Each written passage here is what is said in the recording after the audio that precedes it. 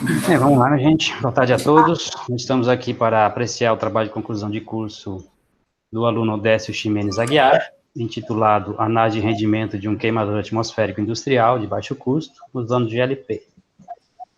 Fazem parte dessa banca, eu, o orientador, professor João Batista Furlan Duarte, o primeiro examinador, professor Rafael Aragão Magalhães, e o segundo examinador, professor Adroaldo José Silva de Moura Filho. Muito bem. O protocolo de apresentação, o Odécio vai fazer uma apresentação de entre 20 e 30 minutos. Após a apresentação, a banca vai se manifestar, fazendo seus comentários ou modificações pertinentes. Após a banca, a plateia também pode se manifestar. E após a manifestação da plateia, a banca irá se ausentar da sala, né, para fazer suas deliberações e retornar a essa sala com o resultado da apresentação. Então, Odécio, você tem aí de 20 a 30 minutos para fazer a sua apresentação. Ok. É todo seu. Pronto. Tá todo mundo conseguindo visualizar aí o slide? Sim, eu estou. Show. Ok, então. Bom, mais uma vez, boa tarde, né?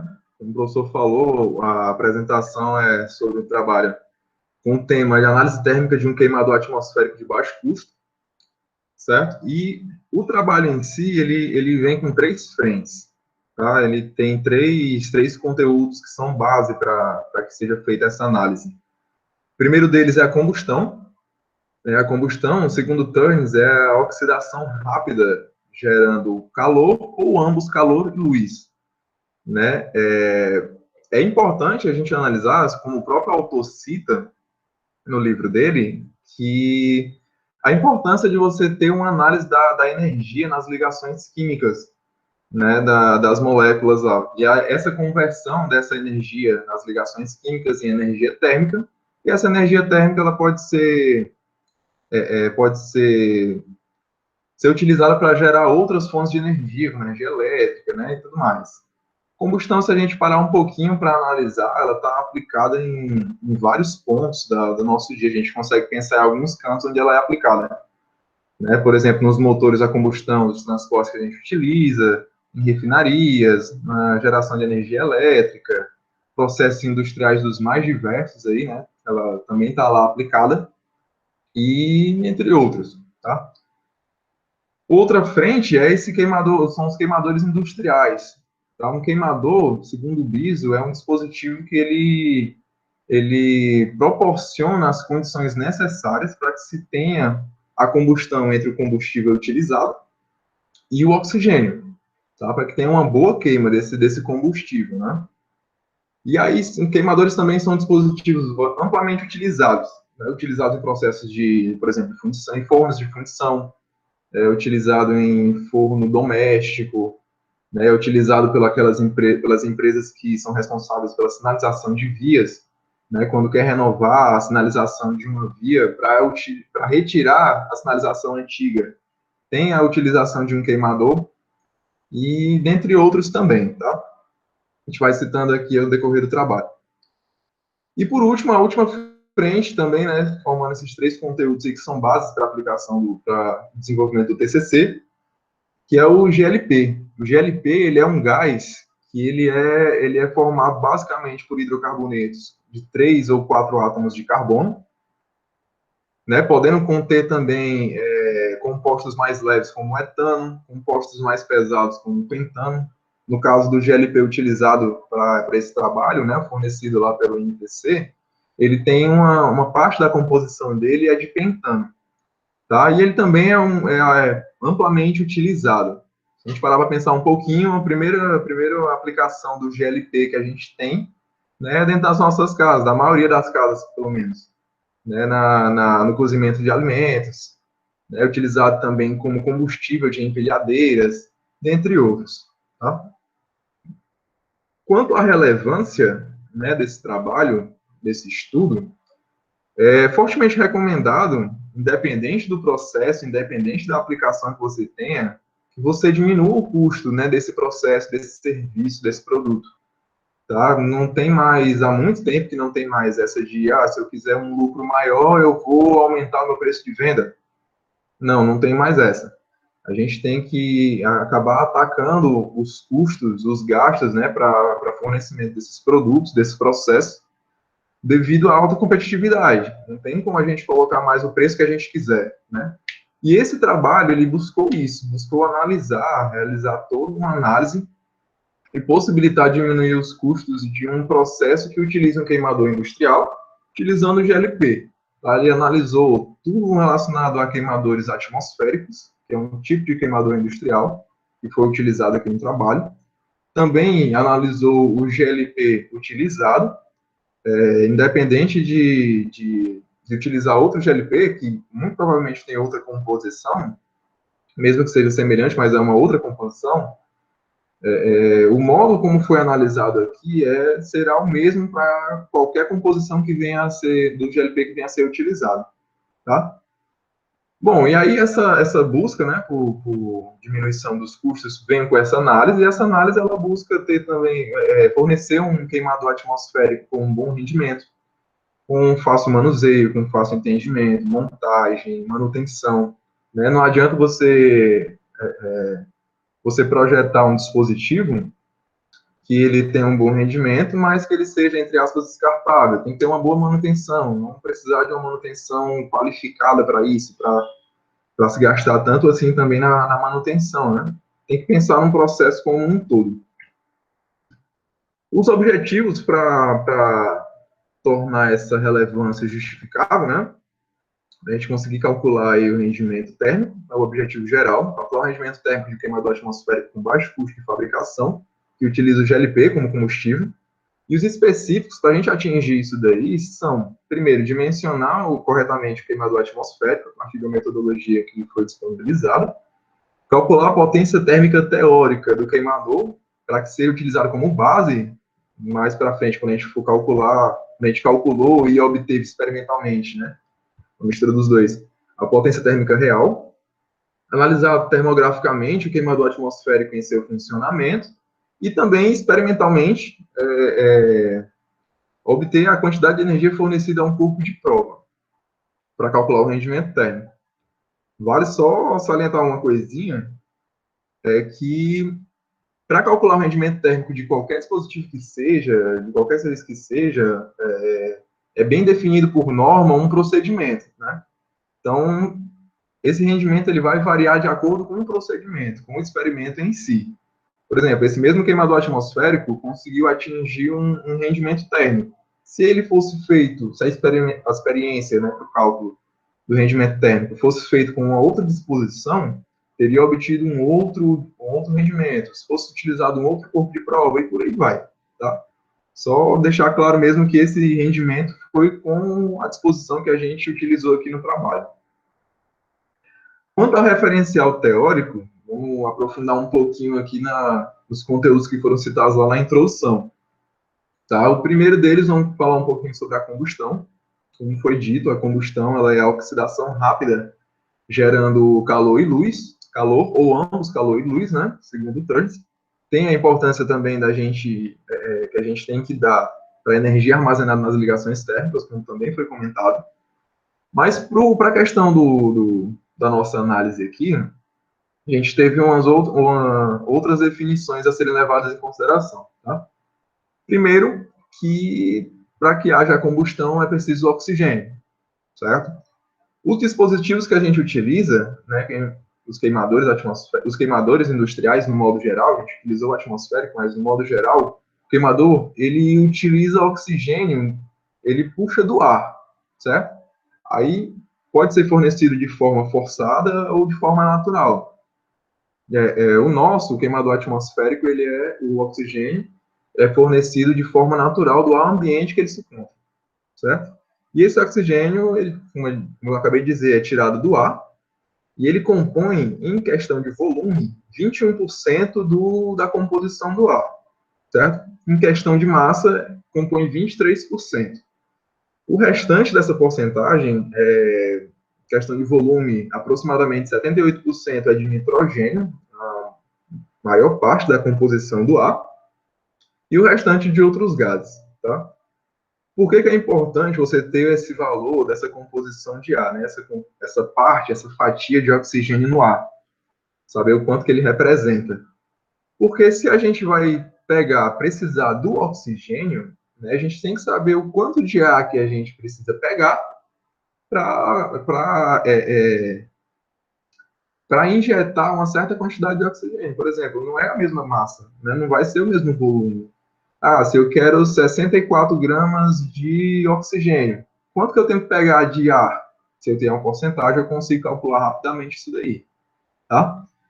Outra definição, outro aspecto extremamente importante também, para que seja feita essa análise, é a do peso atômico dos elementos. Tá? No caso do GLP, que é formado basicamente por hidrocarbonetos, né, então os mais importantes que a gente tem que saber são os pesos atômicos do carbono, hidrogênio e oxigênio, certo? Do carbono, o peso atômico é 12, do hidrogênio 1, do oxigênio 16. Só uma aplicação rápida, coloquei aqui a equação de combustão já balanceada do metano, né, o CH4. A gente observa aqui que o metano ele vai reagir com oxigênio. Tá? Uma molécula de metano, ela reage com duas de oxigênio, e aí ela vai produzir gás carbônico e água, certo? Em nível de massa, falando em massa, né, essa molécula CH4, que é o metano, ela tem peso atômico 16. Como que a gente sabe? É só você pegar o peso atômico do carbono, que é 12, somar com o peso atômico do hidrogênio multiplicado por 4. O peso atômico do hidrogênio é 1. Né? Somar 12 com 4 vai dar 16. Tá? E ele vai reagir com 64 gramas de oxigênio, que é esse 2 vezes a molécula do oxigênio aí. Tá? O peso atômico do oxigênio 16, multiplicado por 2 e por 2 vai dar 64. Que é o que a gente tem aqui. Ó. 16 gramas de metano reagem completamente com 64 gramas de oxigênio.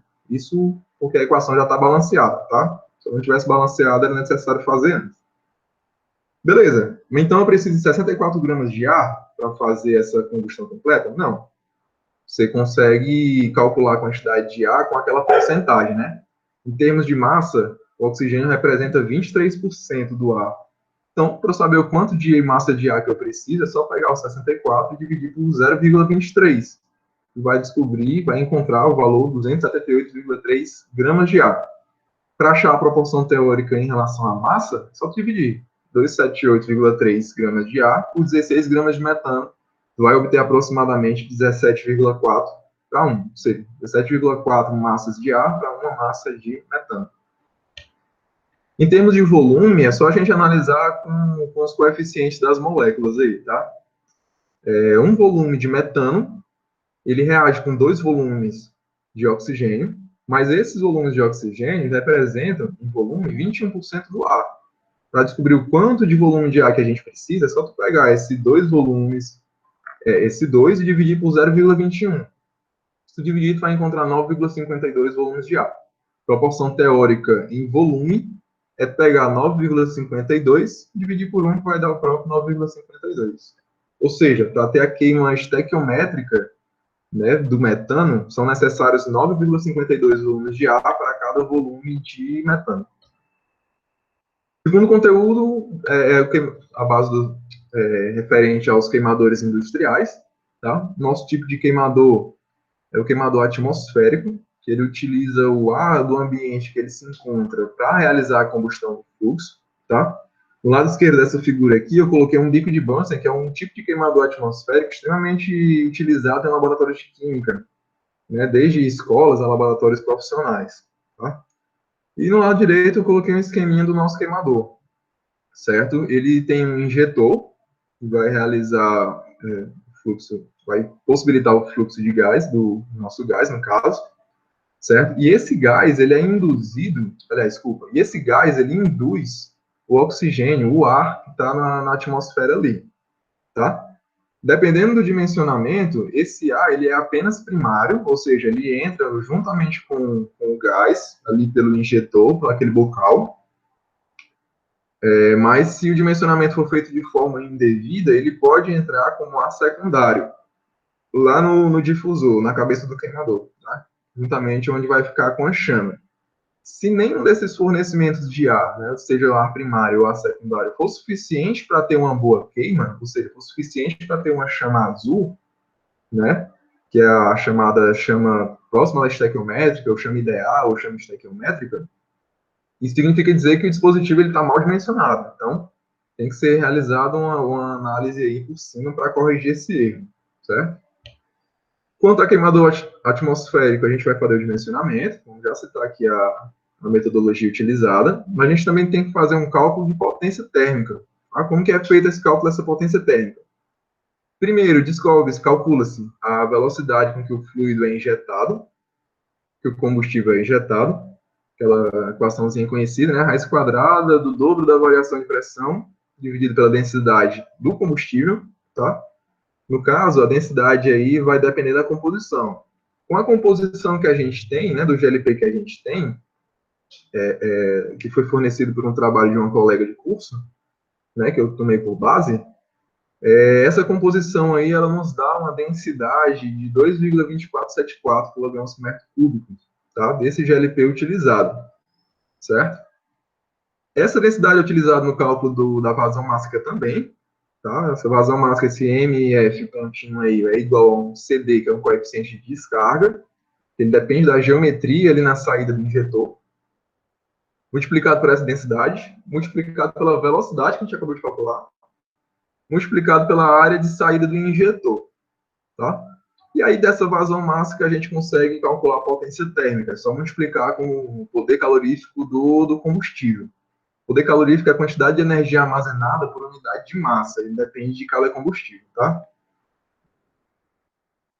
Quanto ao queimador atmosférico ainda, um outro dado extremamente relevante é o parâmetro de aeração. Nada mais é do que uma porcentagem, ele traz a porcentagem de ar primário utilizada para que ocorra a combustão do combustível lá, certo? Dentro do queimador atmosférico. Ele varia de 0 a 1. Se você encontrar um valor acima de 1, significa dizer que você está utilizando o ar 100% primário, certo? Ele vai ser igual a esse N, né? O parâmetro de aeração. Ele vai ser igual ao DG, que é o diâmetro do tubo utilizado, dividido pelo diâmetro de saída do injetor, multiplicado pela raiz quadrada da densidade relativa. Essa densidade relativa é a densidade do fluido, do combustível, dividido pela densidade do ar. Dividido também por esse NS, que é o coeficiente estequiométrico, que a gente vai calcular mais para frente, tá? É a relação, a proporção teórica em volume do ar combustível. E para o dimensionamento, a gente utilizou essas equações aqui, certo? Bastou a gente calcular, a gente ter o parâmetro de aeração, o diâmetro de saída do injetor, o diâmetro do tubo, que a gente consegue calcular todos esses parâmetros. E todos foram calculados para o dimensionamento do queimador atmosférico, os componentes do queimador atmosférico. Mais para frente a gente vai citar melhor essas equações, tá? Por conta do tempo, a gente vai correr um pouquinho aqui. Terceiro conteúdo é o GLP, né? O gás liquefeito de petróleo. A gente falou, ele é um gás formado quase que totalmente por hidrocarbonetos de 3 ou 4 átomos de carbono, né? E ele é vastamente aplicado, como a gente já comentou também. A gente consegue aqui, vamos comentar em cima das vantagens, algumas características dele, certo?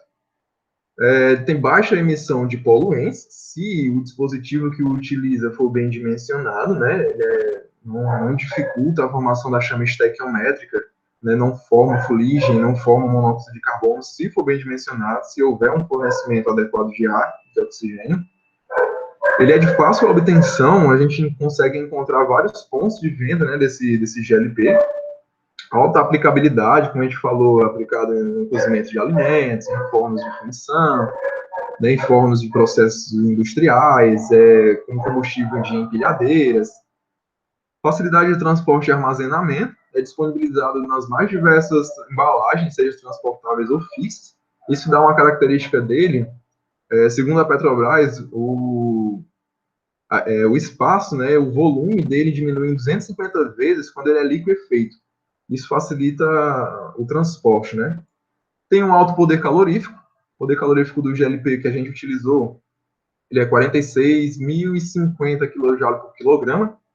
Para se ter em termos de comparação, o da gasolina é 40.660, segundo a Petrobras também, tá? Quilojoule por quilograma. Então, é alto o poder calórico do GLP. E tem essa variedade nos tamanhos dos botijões centrais de armazenamento para atender a todas as solicitações, né? Quanto à produção dele, segundo a Petrobras também, ele pode ser produzido aqui no Brasil a partir de destilação atmosférica do petróleo, unidade de processamento de gás natural. Nada mais é do que fracionar as partes, tanto do petróleo quanto do gás natural, para obter esses hidrocarbonetos, né, utilizados na formação do GLP. O cracamento catalítico fluido e o coqueamento retardado são processos de fundo de barril, como chama a própria Petrobras. Tá? Que eles fazem a separação também dos elementos mais pesados do petróleo para os elementos mais leves, e aí consegue ter a obtenção do GLP, dos componentes do GLP. Bom, aqui você está comentando um pouquinho sobre a metodologia utilizada. Né? O trabalho ele é experimental, ele tem uma parte de cálculo, óbvio, mas ele se baseou em experimentos, certo? Que eu listei os objetivos específicos, só para a gente conseguir comentar aqui, mais ou menos, por cima, o que foi feito, né?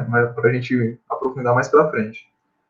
O dimensionamento correto do queimador atmosférico foi feito a partir daquela metodologia, né, das equações que a gente teve e alguns parâmetros que a gente teve como partida, né, o cálculo da potência térmica também, a potência térmica teórica. Para os experimentos, foram utilizados esses equipamentos aí, estão nas imagens, juntamente com um P13, né, com um botijão P13, certo? Esse primeiro aí é um multímetro da Fluke, modelo 17B+, ele também faz leituras de variação de temperatura, né, só utilizar um termopar do tipo K, como foi utilizado, que é esse aí que está à esquerda do multímetro.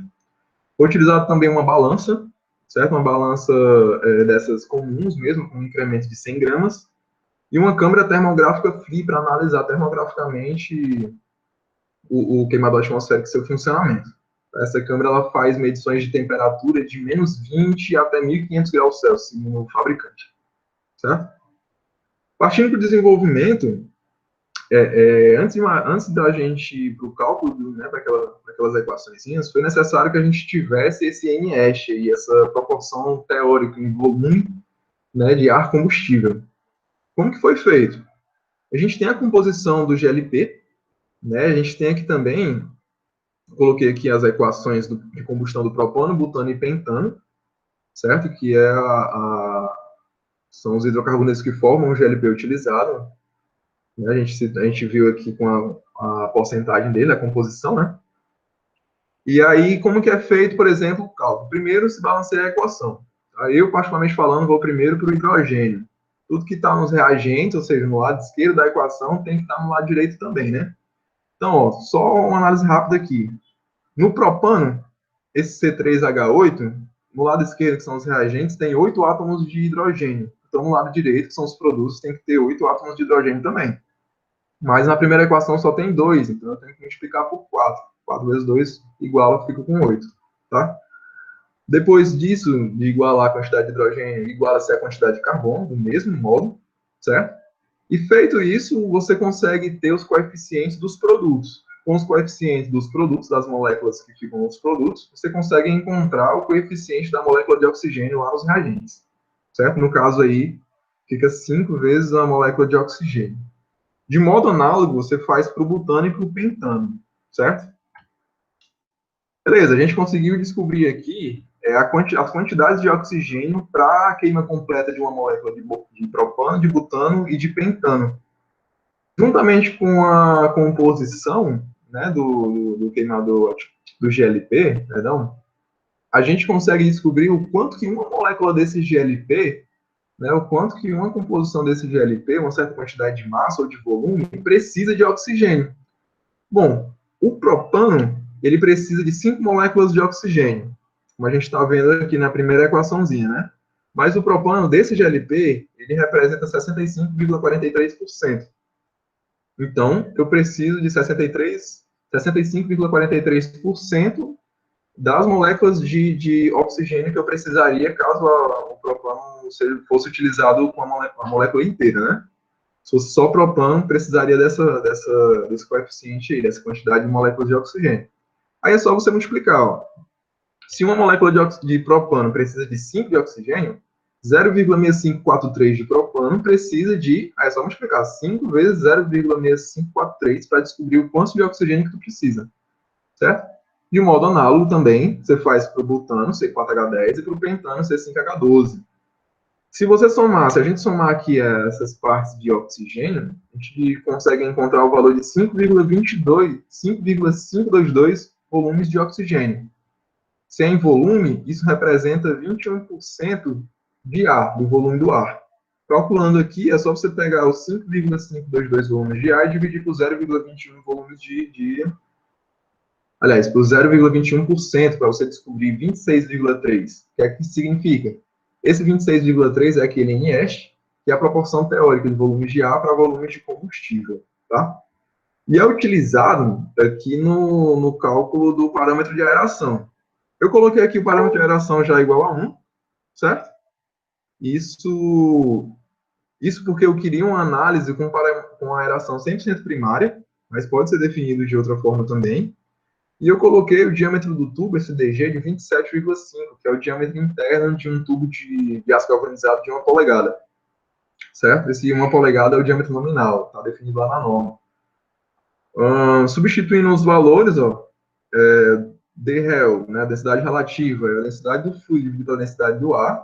Eu levei em consideração a temperatura do ar na temperatura do experimento que eu fiz, certo? Isso vai dar aproximadamente um diâmetro de um injetor de 1,4 milímetros, certo? A partir desses valores, a gente consegue dimensionar todo o resto do queimador atmosférico, certo? E aí é só substituir naquelas equações lá acima. Só uma observação, esse diâmetro do injetor de 1,4 significa dizer o seguinte,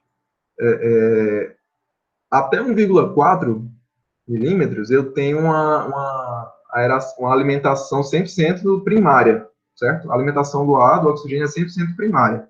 A partir disso é que vai diminuindo essa porcentagem. Tá? Eu posso, por exemplo, utilizar um diâmetro de 0,5 milímetros, eu vou ter alimentação primária, segundo o cálculo que a gente fez, a metodologia disponibilizada. Do lado esquerdo aqui eu coloquei uma imagem do queimador atmosférico, tá? Na disposição que foi realizado o experimento. Do lado direito, os componentes. A gente utilizou uma espiga, um registro agulha, né, uma válvula agulha, um nipple, um espaçador e um bico giclê, todos com rosca NPT de 1/8 polegada. A gente utilizou um tubo de aço galvanizado de 1 polegada. A gente utilizou uma luva de redução de 2:1 e uma de 1,5:1, também de aço galvanizado, tá? A gente utilizou essas espiras aí que estão no centro para controlar a entrada de ar. Ela foi feita de aço inox, mas não precisava ser feita de aço inox. E a mola somente para centrar essa espira, para manter essa espira no lugar dela, garantir o posicionamento. Tá? Quanto à potência térmica teórica, foram feitos esses cálculos aí, tá? Eu coloquei uma imagem aqui só para ilustrar na saída ali do injetor. A pressão 1 foi medida, foi de 2,8 bar, certo? A pressão 2 é considerada atmosférica. Você realizar a subtração das duas na mesma unidade, né, ou em bar ou em kPa, a gente encontra essa variação de pressão de 178,7 kPa. A velocidade, com aquela fórmula que a gente comentou agora há pouco, só você substituir, você encontra 398,75 metros por segundo na saída do injetor, tá? Só na saída do injetor. A vazão máxima, eu considerei o coeficiente de descarga 0,98, devido à geometria na saída do injetor, uma parede fina e tal. E aí deu 1,724 vezes 10, desculpa, a menos 4 kg por segundo. Por último, multiplicado pelo poder calorífico inferior do GLP utilizado, que é 46.050, a gente conseguiu encontrar 7,94 kJ por segundo. Essa é a teórica, tá? A potência térmica real foi obtida a partir do experimento. A gente utilizou um P13 e a balança, certo? Como a balança tinha um incremento de 100 gramas, eu fiz o seguinte. Eu medi primeiro a massa do que o botijão estava inicialmente, estava com 26,7 kg. Deixei o queimador atmosférico funcionando. E aí esperei ela baixar para 26,6. Quando baixou, eu comecei a marcar o tempo para saber o quanto de tempo que era necessário para esse incremento mudar, né? esse 0,1, essa 0,1 kg ou 100 gramas mudar. Medindo o tempo, a gente descobriu 11 minutos e 2 segundos. Ou seja, 0,1 kg em 662 aproximadamente segundos. Isso a gente consegue fazer um cálculo da vazão máxima real, que deu 1,512 vezes 10 a menos 4 kg por segundo. E aí, aplicada essa vazão máxima real na equação da potência térmica, né, a gente encontra a potência térmica real. Só multiplicar pelo poder calorífico inferior, que é 46.050 kJ por quilograma. Certo? E a gente encontrou uma potência térmica de 6,96 kJ por segundo. Esse dado é utilizado aqui no cálculo do rendimento térmico. Tá? Primeiro, no corpo de prova, eu utilizei um recipiente de aço inox, com 5 litros de água, e eu calculei a quantidade de energia necessária para variar a temperatura de 25 a 100 graus Celsius. De 25, que era a temperatura aproximada que estava no dia do experimento. Tá? Utilizando a fórmula Q igual a MCP, CP da água, vezes a variação de temperatura, a gente encontra 1.569 kJ, ou seja, essa é a quantidade de energia necessária para o fornecimento, para essa variação de temperatura, tá? O tempo medido para que o queimador atmosférico conseguisse fazer essa variação de temperatura de 25 a 100 graus Celsius foi de 15 minutos e 43 segundos. Utilizou o multímetro com leitor de temperatura e o termopado tipo K também para a medição dessa temperatura, né? Isso significa dizer o seguinte: bom, se a potência térmica real que a gente calculou foi de 6,96 kJ por segundo e levou 15 minutos e 43 segundos, ou seja, 943 segundos para se atingir essa temperatura, então foi preciso, aliás, o queimador atmosférico liberou 6.563 kJ. Mas foram absorvidos, né, pela quantidade que a gente calculou, 1.569 kJ. Isso significa dizer que o rendimento térmico, ou seja, a quantidade de energia que a gente conseguiu fornecer do queimador atmosférico para o corpo de prova, foi de 24%, se a gente dividir 1.569 kJ por 6.563 kJ, né, que é a quantidade de energia fornecida. Do desenvolvimento, a gente fez uma análise termográfica também, a gente definiu uns parâmetros aqui para bater as fotos do queimador em funcionamento. Tá? A pressão utilizada, como eu falei, foi 2,8 bar.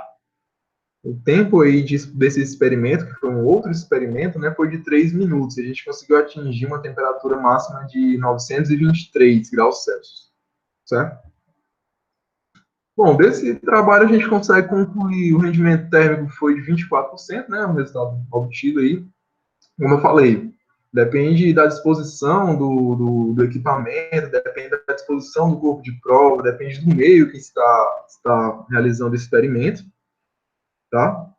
Para situações em que precisasse de mais energia, né, como está falando aqui o ponto 2, situações que precisem de um maior fornecimento de energia térmica, pode simplesmente aumentar o diâmetro da saída do injetor, sem fazer qualquer outra alteração, né? O diâmetro utilizado, do injetor utilizado, foi de 0,5 para esses experimentos, certo? Se eu quisesse utilizar o mesmo queimador com a mesma configuração, do mesmo jeito que eu estava utilizando, e quisesse fornecer mais energia, eu poderia aumentar esse diâmetro até 1,4, que eu estava com um parâmetro de aeração 100% primário, né? Não precisaria mudar nada, nem ajustar nada da análise. Foi observado que o queimador estava com uma chama azul, ou seja, uma chama estequiométrica, tá? Próxima da ideal. Com a temperatura utilizada, dá para a gente ter uma noção de que o queimador atmosférico está trabalhando com uma faixa boa de segurança, porque a temperatura de fusão do aço galvanizado, né, que é o material do corpo do queimador, ele tem uma temperatura de 1.410 graus Celsius, e atingiu 923, né, conforme a gente viu termograficamente ali com a câmera FLIR, uma foto, né, pela câmera FLIR. E ele pode ser utilizado também em alguns processos de fabricação, por exemplo, em tratamentos térmicos de têmpera de aços, né, já que a gente consegue atingir essa temperatura, para depois, posteriormente, ter aplicado um revenimento, ou algum outro tratamento superficial, tratamento térmico, aliás. Pode ser utilizado como fundição de alumínio, que tem a temperatura de fusão bem mais baixa do que a que a gente conseguiu atingir, até mesmo do próprio bronze ou latão, né? Enfim, tem várias aplicações desse queimador atmosférico aí. que coloquei as referências bibliográficas, e é isso, pessoal. Muito obrigado.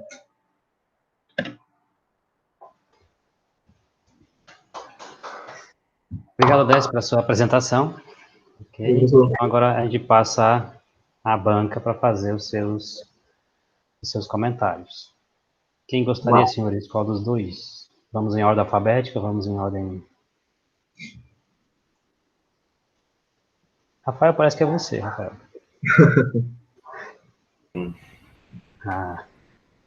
Tranquilo.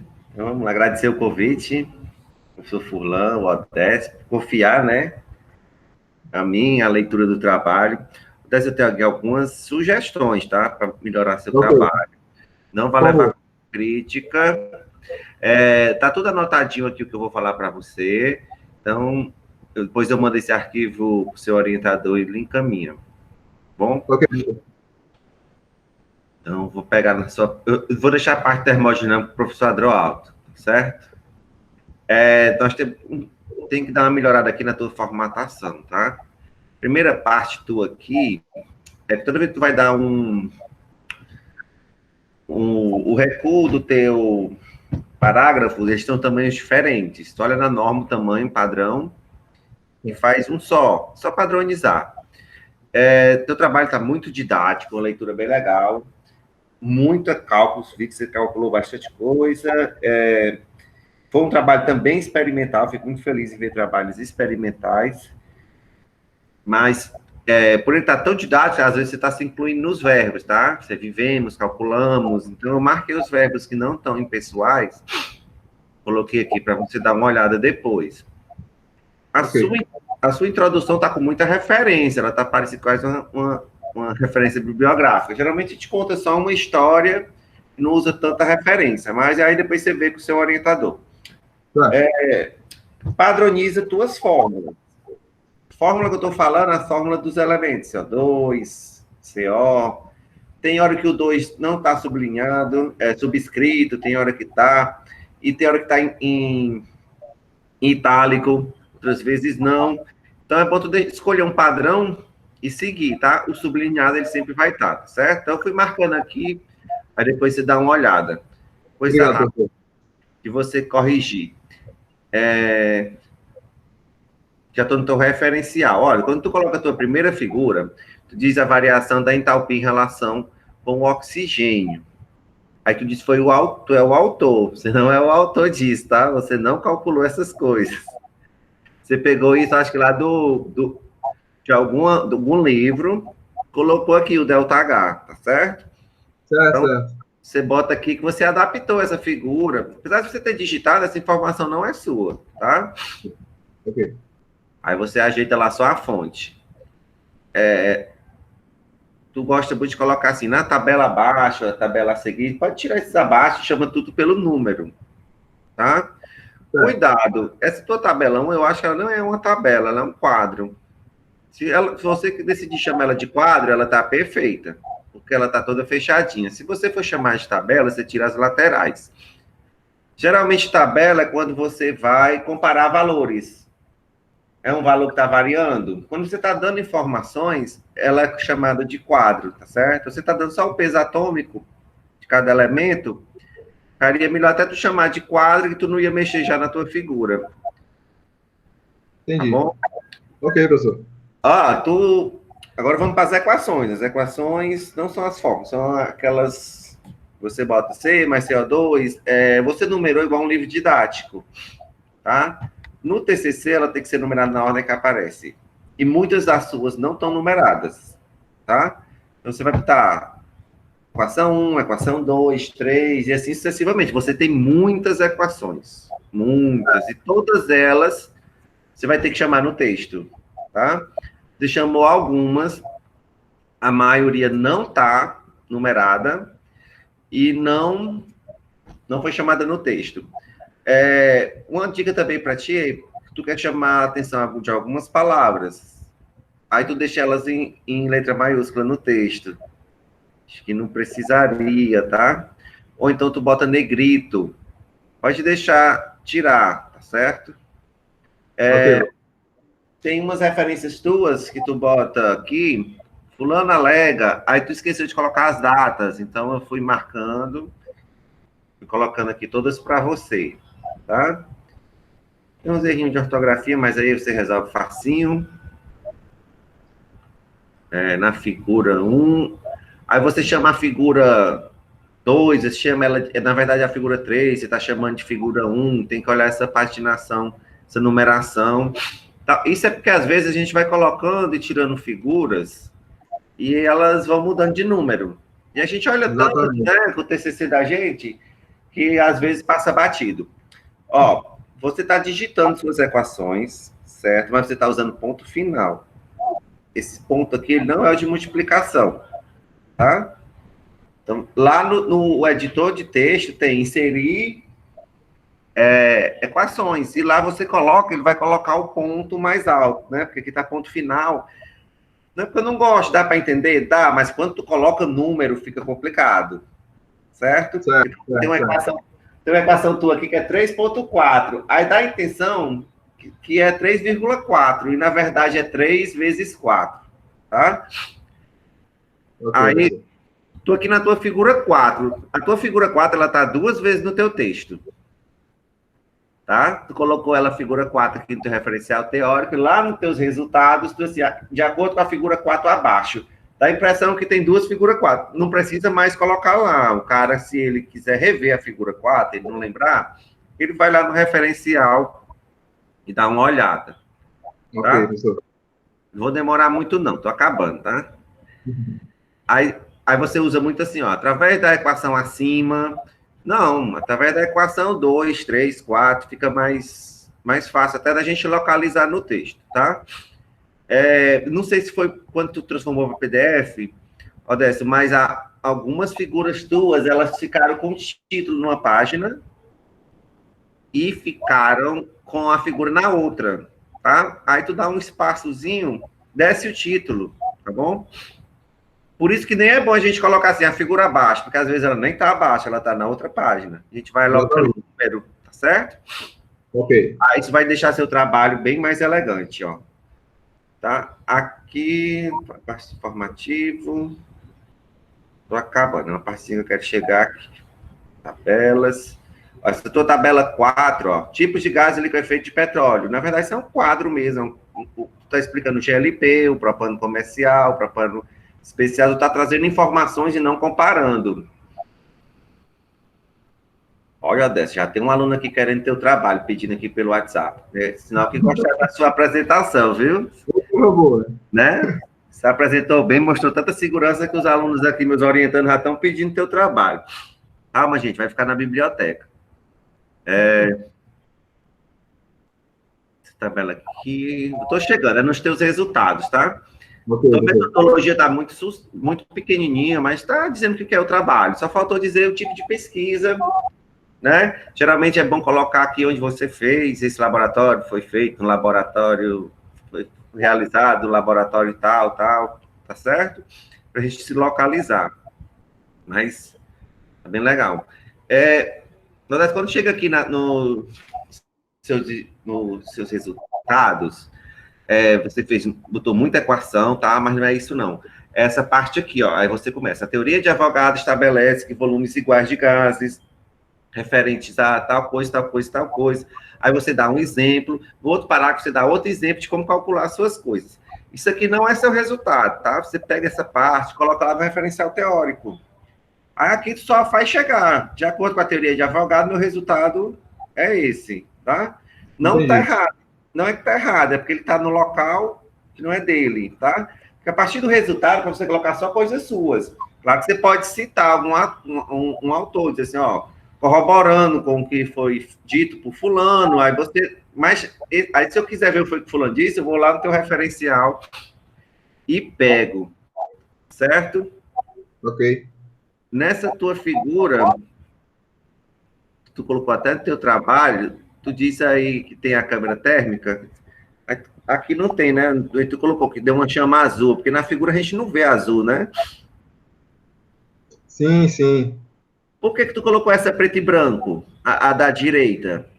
É porque a configuração é o tipo de coloração que a câmera fornece, né? Ela tem o fornecimento lá tipo um mapa de calor, né? Onde está as temperaturas, a coloração e tudo mais, tem essa mais monocromática também. Era interessante se desse para ter colocado a colorida, né? Aqui, mas não sai no equipamento, né? Ok, eu acredito que eu tenho no meu telefone aqui. Porque aí tu ia ver, que tu fala lá, chama azul, a gente vê tudo preto e branco, na outra, né, roxo e amarelo. Mas aí tu olha se tem, certo? Ok. Então eu deixei essas anotações aqui, tem outras coisinhas que, errinhos básicos, do mais parabéns pelo seu trabalho, tá? Pela sua apresentação, você mostrou que foi você que fez, você conhece do assunto, né? E agradecer o convite, a confiança para você e para o seu orientador, tá? Eu agradeço, professor. Obrigadão. Muito obrigado. Obrigado, professor Rafael. Professor Adroaldo, todo seu. Também queria agradecer o convite do professor Furlan e do Odécio, tá certo? Para olhar o trabalho. Odécio, falar aqui da tua apresentação. Gostei da forma como tu apresentou, achei, como o professor Rafael falou, muito didático. Você é uma pessoa que fala de forma muito pausada e explica cada ponto do trabalho sem fugir de nenhum ponto. Isso eu considero já um ponto importante. Eu gostaria de falar agora um pouquinho aqui sobre o seu trabalho. Aí deixa eu apresentar aqui o trabalho, tá certo? Em PDF. Tira aí tua apresentação para eu poder colocar a minha. Vai.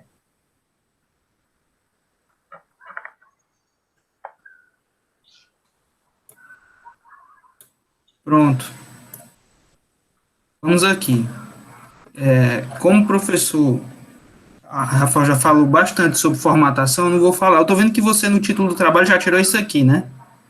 Deixou só isso aqui no título do trabalho, que realmente é um título que eu achei melhor. Esse vírgula usando GLP no trabalho não tirou, não foi? Na apresentação? Sim. Foi. Pois é. Professor. Eu realmente achei que o título do trabalho ficou melhor. A não ser que depois você conseguir inserir esse usando GLP dentro do título, né? Tirando essa vírgula aí. Uma coisa que eu gostei, uma coisa que, na verdade, eu acho que precisa ser melhorado, a estrutura do trabalho como um todo, eu gostei, tá certo? Introdução, objetivo, metodologia e tal. Agora, eu acho que o seu resumo poderia ser melhorado, tá certo? Vamos aqui para o seu resumo. Vamos lá. Primeiro, eu acho que você deve reescrever o seu resumo. Tem alguns pontos que estão, assim, um português. Sendo assim, o presente trabalho teve como objetivo, pronto. Porque eu coloquei aqui o que eu acho que você poderia melhorar. No resumo, o GLP já tem muito trabalho. Tem muitos trabalhos a respeito de GLP com dados numéricos, dizendo a utilização deles, o percentual que ele é empregado comparado a outras fontes de energia. Você poderia colocar esses valores numéricos no seu resumo, citando de forma rápida, porque isso ajuda a justificar o trabalho. Tá, Odécio? Ok. Eu vi que depois no trabalho você colocou no referencial bibliográfico só um capítulo sobre GLP. Eu acho que na introdução você poderia colocar alguma coisa justificando essa exploração do GLP, tá entendendo? Esse estudo em cima do GLP. Entendi. Você colocou aqui um trabalho, uma conclusão, a principal conclusão do seu trabalho, né, que é essa eficiência, isso é importante, mas eu acho que aqui na metodologia você deveria. Eu sei que o resumo é para a gente falar de forma resumida, né, o que foi feito no trabalho, mas você tem espaço ainda aqui na página e você pode colocar também de forma resumida um pouco melhor o que você empregou na metodologia, tá certo? Não só colocar assim os materiais, o parâmetro de forma tão rápida, tá? Você pode ser um pouco mais específico nesse resumo. Tá bem, professor. Na introdução, eu coloquei a mesma observação, sendo que aqui tem que ser mais forte, a questão de você justificar melhor o trabalho, tá certo? Você não vê, li uma página aqui e não vi um dado numérico com relação à utilização de GLP no Brasil. Tá bem. E como o professor Rafael falou, é importante colocar aqui onde é que você realizou o trabalho, tá certo? Você pode colocar, uma vez que o núcleo de pesquisa e tecnologia em combustão da Unifor, não sei o que, já tem uma grande expertise nessa área, e você vai e escreve, enaltecendo o laboratório que você fez o trabalho, e tentando contextualizar ele dentro dos outros trabalhos que tem dentro do laboratório. Tá entendendo? Tô entendendo, professor. Pronto. Ok. Aqui tá ok. O seu referencial teórico eu gostei. Achei o referencial teórico muito objetivo. Tá certo? Não acho que você ficou escrevendo coisas desnecessárias. Ao meu ver, tudo que você explicou eram coisas importantes no trabalho. Show, professor. Vamos em frente aqui, só para a gente continuar aqui a explicação. Aí aqui eu coloquei algumas observações, tá, ao longo do texto, depois você olha, tá certo? Vamos agora passar para a metodologia.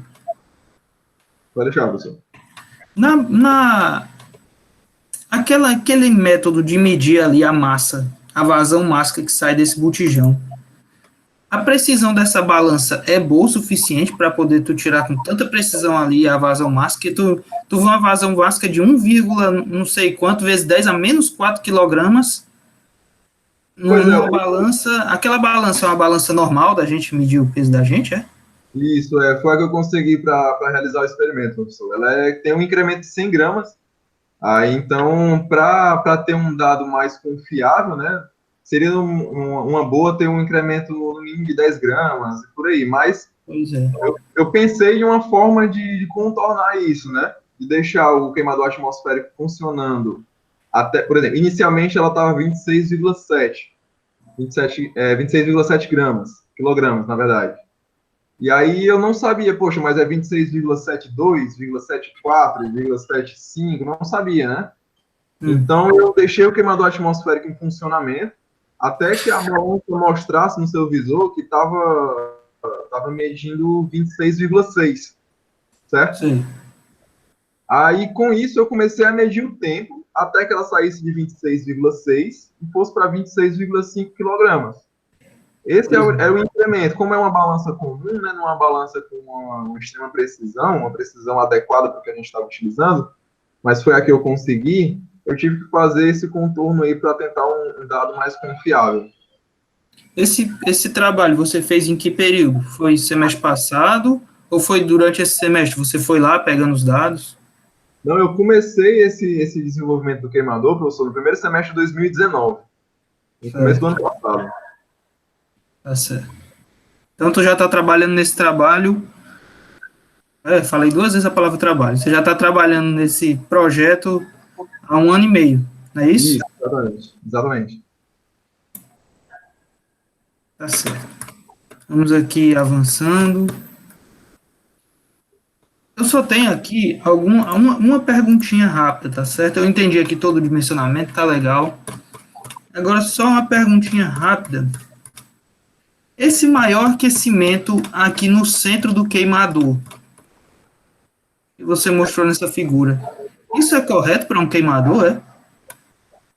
Um queimador de uma forma geral? Bom, aí essa temperatura medida aí, eu, sinceramente falando, professor, não sei se é correto ou não, né? Ter um ponto de máxima temperatura no centro do tubo. A metodologia não cita nada relacionado a isso. Mas a gente seguiu. Diga lá. Na bibliografia de construções de queimadores não cita isso, não? Na metodologia, pelo trabalho. Bibliografia, né? Porque para tu montar a tua metodologia e tu montar o teu estudo, tu procurou outras bibliografias. Aí o que eu estou te perguntando é o seguinte: esse aquecimento aqui no centro do queimador, isso é uma coisa correta em construção de queimadores ou é para esse aquecimento ser maior na ponta dele? Pronto, como eu falei, na bibliografia não cita nada relacionado a ao ponto de máxima temperatura. Tá? Ele tem um capítulo lá especial para o cálculo de temperatura da chama, para ter uma aproximação. Né? Tem algumas fórmulas para a gente conseguir aproximar isso daí, mas não foi utilizado justamente por conta da utilização da câmera. Né? Mas eu acho que um trabalho futuro que você poderia até fazer que poderia até ter incrementado mais esse seu TCC, mas eu gostei do trabalho, era você variar as proporções de ar e combustível para poder tentar aproximar esse ponto de máximo do final aqui do queimador. Entendi. Tá entendendo? Isso eu acho que seria um trabalho que futuramente você poderia fazer. Tá entendendo? Eu acho que é interessante, porque, na verdade, esse posicionamento de ponto de temperatura máxima, ele é função disso, né? Ele é função da mistura, como você está empregando a mistura, né? Sim, sim. As vazões, as diferenças de pressão. Aí eu não sou especialista em queimadores para poder dizer, mas eu acredito que tenha como aproximar isso aqui mais da ponta, e isso vai acabar influenciando no teu rendimento. Uma coisa também que eu senti falta é uma comparação com outros trabalhos, tá entendendo? Sim. As suas discussões, pela quantidade de resultados que você tem muitos resultados, mas você escreveu, acho que 8 ou 10 folhas de resultado.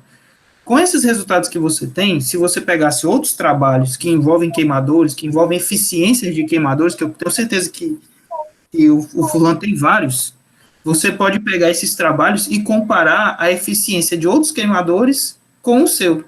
Tá entendendo? Sim, sim. Isso é importante.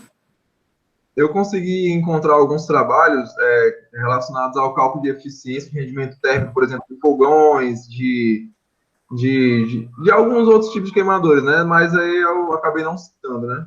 Mas, mas é isso que enriquece o trabalho, porque essa é a discussão que tem que ter nos seus resultados e discussões, porque aí você vai dizer por que aquele teve uma eficiência maior, por que o meu teve uma eficiência maior, qual é a eficiência média desses tipos de queimadores, qual é onde é que mais se emprega esse queimador e esse outro queimador, esse meu queimador se emprega em tal lugar que tem eficiências desse tipo, tá entendendo?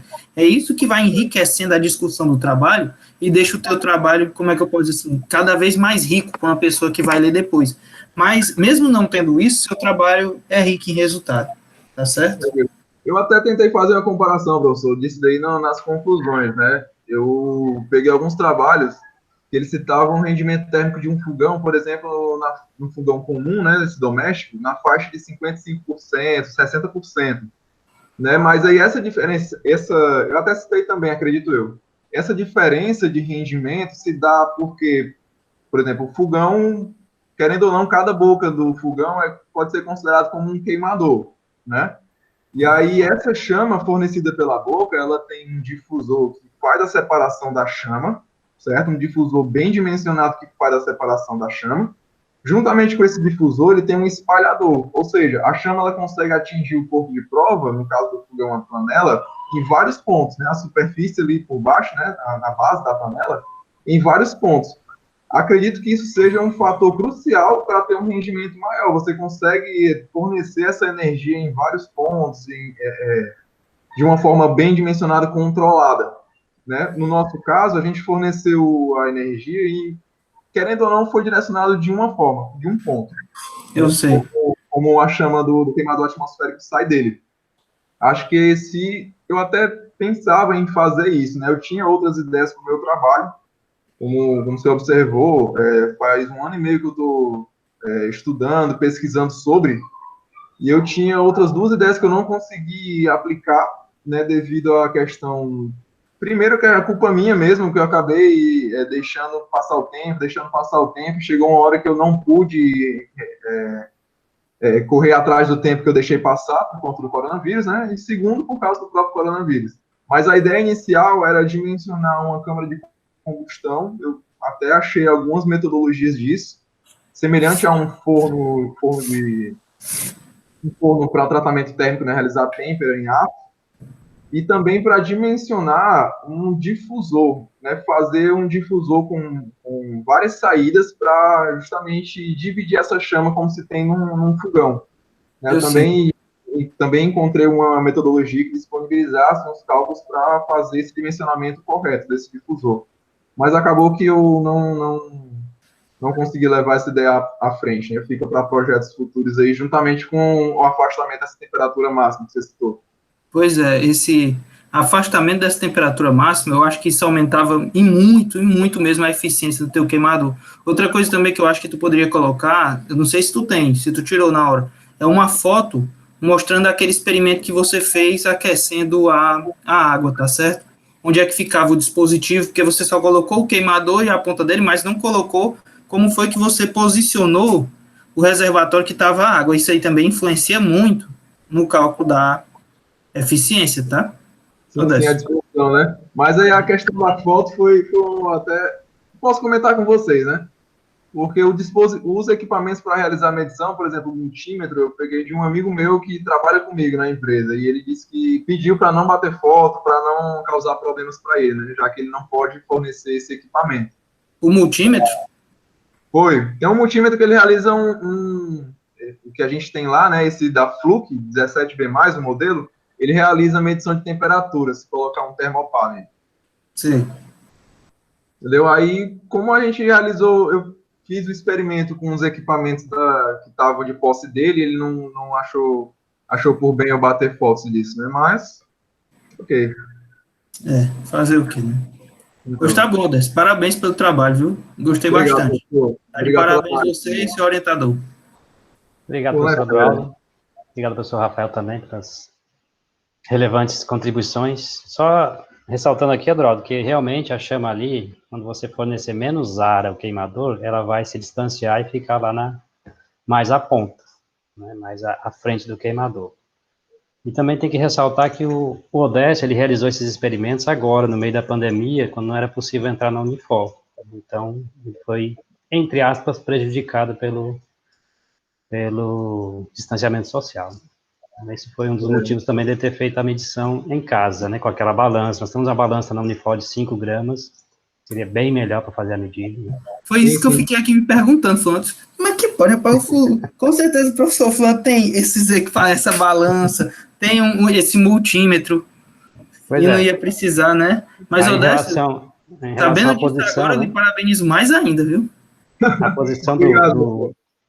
do queimador em relação ao aquecimento do recipiente também ficou feia a foto, né? Eu achei que não caberia colocar essa foto no TCC dele. Até a gente tentou fazer um apoio e tudo mais, mas não deu certo, né? Então, por isso que faltou a foto. Consegui bater uma foto da disposição dele depois, né? Mas sem os equipamentos, sem o termopar, sem ser na Pois hora é, do experimento, né? exatamente. Ainda teve o problema da insegurança, né? Ele estava rodando o aquecedor dele, o queimador dele em casa, né? Sem extintor, sem um monte de requinte de segurança. Então, ficou perigoso. Mas ele conseguiu, né, conseguiu um resultado. Esse resultado aí eu também acho baixo para o queimador. Eu acho que ele poderia ser bem melhor, está na casa lá dos 50%, 60%. Mas, enfim, é um resultado. Okay? Então, só para justificar aí alguns pontos aí do TCC. Bom, dessa a gente vai se retirar. Tá? Você fica aqui na sala, segurando Ok, ela, enquanto a gente decide aí seu futuro. ok, professor. Vou ficar no Tá aguardo. bom? Ok. Ok.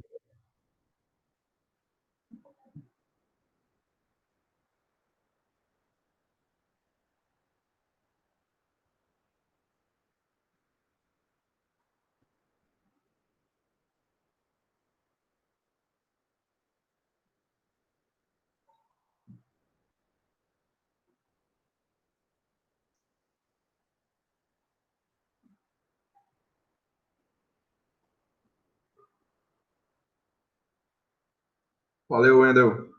Obrigadão, cara.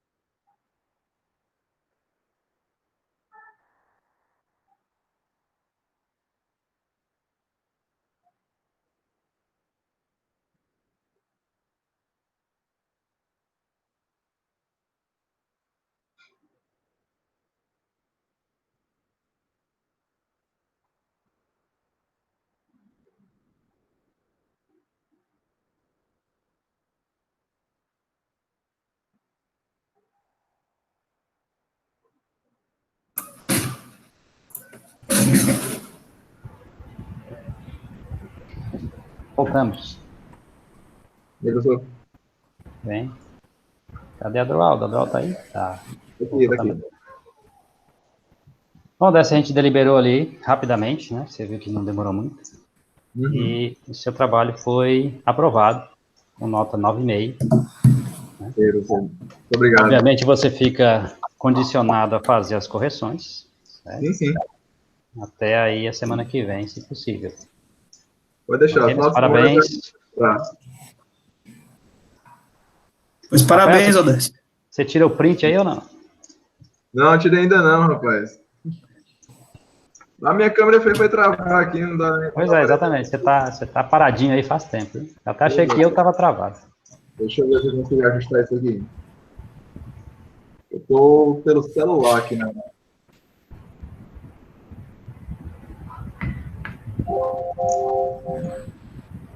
Ver.